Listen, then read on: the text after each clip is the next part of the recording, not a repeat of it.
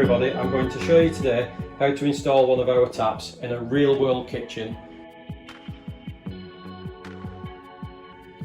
Right, so I've fitted the pipes into the tap. We've got the hot one for the domestic hot, the domestic cold, and then that's the water that goes from the tap into the filter. We've got the screw left, and there's one little hole left inside the tap. So we thread that into there, like so. There's a slot on the bottom that we can tighten it up with. Okay, now we're going to insert the tap into the sink. A little tip is to always put the bigger fittings through the hole first. It will make it a lot easier later on when you've got all the pipes in. So, hot one, cold one, tap to filter, and boiling. Going in there. Make sure we've got the sealing ring on, like so.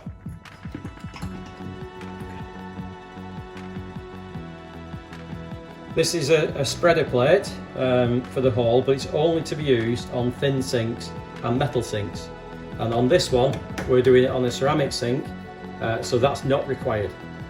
So what we do need is the C plate and the C washer.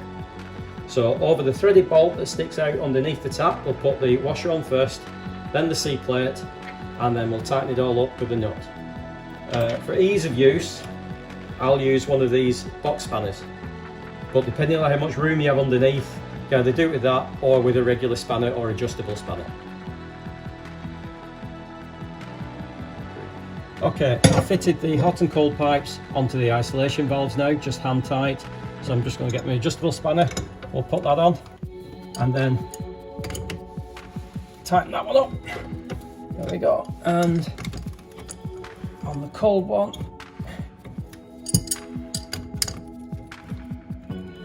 tighten that one up, there we go.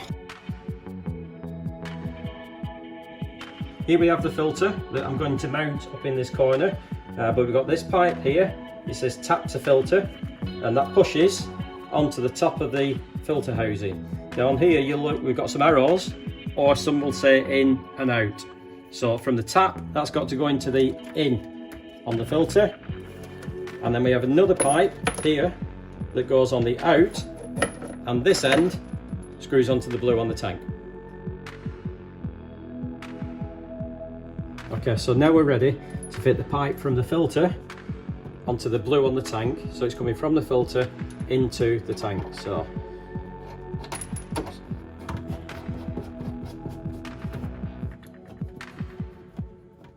that one there, and we will nip that one up. Don't need to over tighten these. And then we've got the boiling water one that goes onto the red on the middle, and we need this little adapter, the barbed adapter, onto that. So just put the spring there for a second. We've got silicone washer, nut, and adapter. So the adapter goes through the nut, then the silicone washer goes on the inside, and we screw that onto the red terminal onto the tank. And once again, this doesn't have to be over tightened, so do it hand tight, and then I like to do it just a quarter or a half a turn, like that. Then we have the spring clip, so we put the spring clip over the silicone tube, like so, and then push the silicone tube over the barbed connector, like so. That's it. And then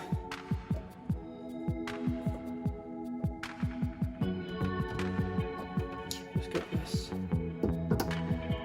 over the pipe.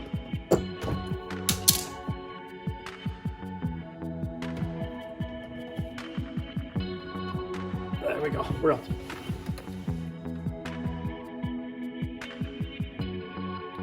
Now we've got all the pipes connected up, what we need to do now is turn the mains hot and cold back on, and then check the system to make sure that we've no water drips and no leaks. So we'll turn these back on, like so, and then we'll start feeling to make sure that it's all watertight, which it is. And the next thing that we have to do now we've turned the water on is prime this tank. And to do that, because we've got the water on now, we run the boiling side on the tap, and that sends water through the filter into this tank. On the tap here, this is the boiling side, and we have our safety button. So we press the safety button and turn it. No water's coming out because it's going into the tap, into the tank. While we're doing this, again, what we'll do is we'll check for leaks to make sure that there's no drips anywhere and it's all watertight.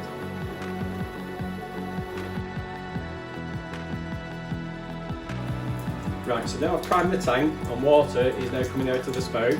I need to leave it running now and flush about 10 litres of water through so that we're going to get any impurities that may be left in the pipes or the tank out before we turn it on.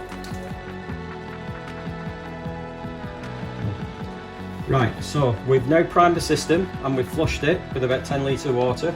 So now we get the power cord, we can plug the power cord in and we get a flashing LED in the middle. So we press and hold it for 3 seconds and it lights up.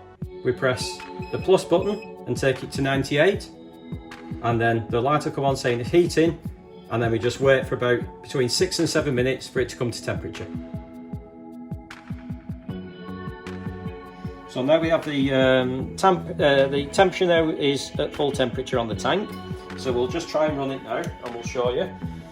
We have a safety lock on the tap, and on this one you press the button, turn it towards it. There's a delay built in purpose and the boiling water comes out. And if we let go, it springs back off and then the water shuts off. And then it's back on its safety. On this side you've got the hot and the cold. So back for cold, forward for hot, and then you've got the rate of flow on the lever. So here we have our filter recognition system. At the moment it's reading full. So after the said amount of water has gone through the filter, you'll notice this line dropping down. When it gets to the bottom, then that's it will indicate then that you need to change the filter. Okay, this is the filter housing complete. So when you want to change the cartridge inside, these need to be changed every 6 months.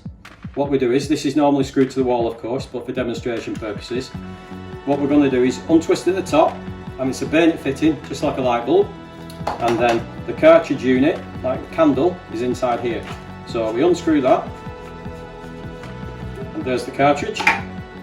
Pull that out, you take your new one, that one goes straight back up, and one thing you need to make sure is that the O-ring stays in place, either in the top of there or in the top of there.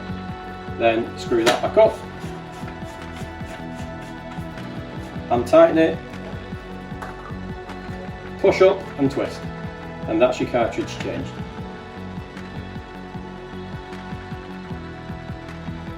So now we have the system set up fully and it's running and working. I just wanted to mention that if the house has a power cut or the power is turned off, when it comes back on, it won't come back into this state, it comes back into standby mode.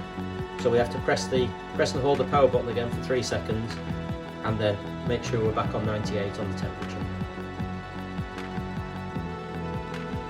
From an ease of use point of view, on the tap, we have the safety system, so we have to press the button in and turn it like that for the water to flow out. But what I like to do is simply grab around the tap and turn it, and I find that much easier.